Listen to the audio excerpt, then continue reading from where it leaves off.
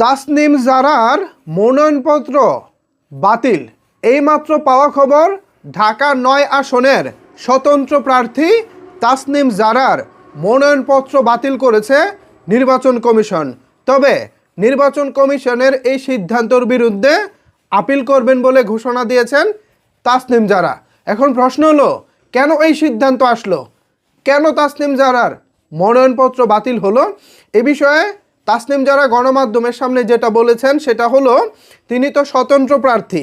এখন স্বতন্ত্র প্রার্থী হিসেবে নির্বাচন করতে গেলে ৫,০০০ ভোটারের স্বাক্ষর লাগে।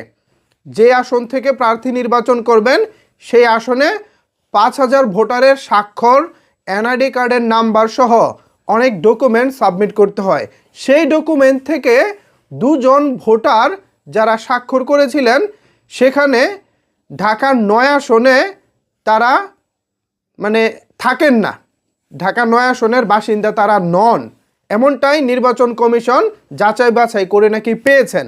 এখন এই সিদ্ধান্তের বিরুদ্ধে আপিল করবেন তাসনিম জারা। তাসনিম জারার বক্তব্য হচ্ছে, তাদের যে এনআইডি কার্ড আছে, সেই এনআইডি কার্ড অনুযায়ী তারা ঢাকা ৯ আসনের ভোটার, কিন্তু নির্বাচন কমিশন বলতেছে তারা ঢাকা ৯ আসনের ভোটার নয়, বা কিছু অসঙ্গতি তারা দেখছে। এ কারণেই মূলত মনোনয়নপত্র বাতিল করেছে। তবে এই বাতিলের সিদ্ধান্তের বিরুদ্ধে আপিলের সুযোগ রয়েছে, সেই সুযোগটাই নিতে চান তাসনিম জারা। দেখা যাক দিন শেষে তার এই সিদ্ধান্তে নতুন করে আবার পুনরায় তিনি তার মনোনয়নপত্র বৈধ হিসেবে ঘোষণা হয় কিনা। তো ভিউয়ার্স, বাতিল হলো তাসনিম জারার মনোনয়নপত্র। আপাতত এই হচ্ছে সর্বশেষ আপডেট। এখন এই বিষয় নিয়ে আপনাদের মতামত কি জানাতে পারেন নিচের কমেন্টস বক্সে। ধন্যবাদ সবাইকে এতক্ষণ আমার সাথে থাকার জন্য।